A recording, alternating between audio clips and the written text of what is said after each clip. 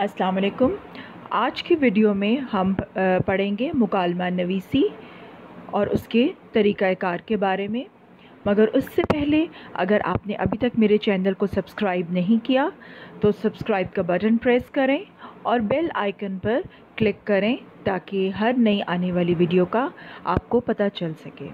तो आइए चलते हैं अब अपने सबक की तरफ। मुकालमा नवीसी। मुकालमा नवीसी के असूल व ज़वाबित और इसके तरीक़ाकार के बारे में इस वीडियो में हम सीखेंगे और इसके साथ साथ हम ये भी सीखेंगे कि अगर हमने दो दोस्तों के दरमियान त्यौहारों की अहमियत पर मुकालमा तहरीर करना है तो किन बातों को मद्देनज़र रखते हुए मुकालमा तहरीर किया जा सकता है। तारुफ़।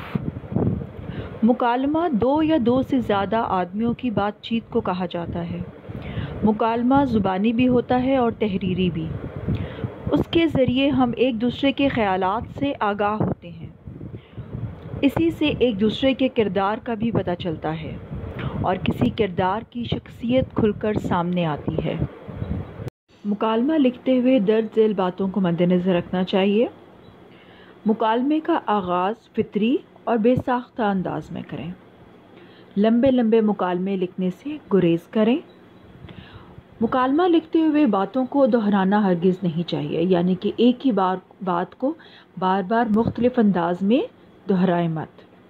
मुकालमा मुख्तसर होना चाहिए, बहुत ज़्यादा लंबा नहीं लिखना चाहिए।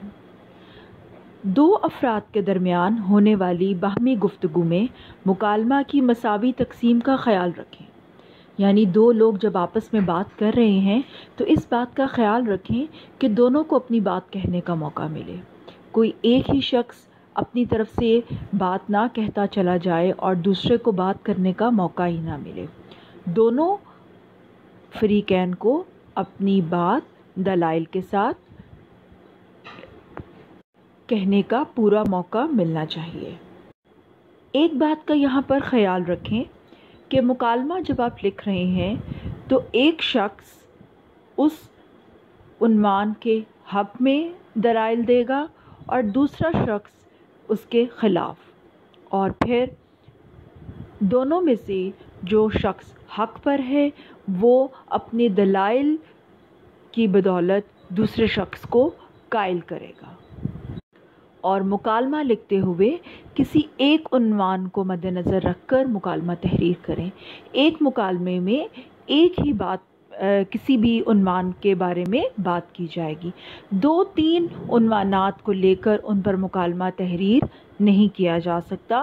किसी एक ही उन्वान को लेकर उस पर मुकालमा तहरीर किया जाएगा। मुकालमा लिखते हुए एक इस बात का भी ज़रूर ख्याल रखें कि गुफ्तगू का अंदाज़ ऐसा हो कि बात से बात खुद ब खुद निकलती चली आए। ज़ुबान का आम बोल चाल के मुताबिक होना ज़रूरी है।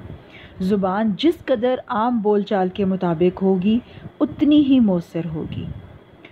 अच्छे आगाज़ की तरह मुकालमे का एक हतमी और मुकम्मल इख्तिताम भी बहुत ज़रूरी है और मनफी और मस्बत दोनों पहलुओं पर रोशनी डालते हुए अपना मुकालमा मस्बत और हकीकी पहलुओं पर लाकर ख़त्म कर दें। मुकालमा लिखते हुए इस बात का ख्याल ज़रूर रखें कि गुफ्तगू शराफत और तहज़ीब के दायरे में की जाए और मुखातिब के मर्तबे और दर्जे का ख्याल ज़रूर रखा जाए। मुकालमा लिखने के असूलों को मद्देनज़र रखते हुए दो दोस्तों के दरमियान त्यौहारों की अहमियत पर मुकालमा तहरीर करें। मुकालमा लिखते हुए दर्ज झेल नुकात को मद्देनज़र रखें। हमारे त्यौहार, मजहबी त्यौहार, इलाकाई त्यौहार, त्यौहार मनाने की वजूहात और अहमियत, इस्लाम में त्यौहारों की अहमियत, इन तमाम नुकात को मद्देनज़र रखते हुए अपना मुकालमा तहरीर कीजिए। शुक्रिया।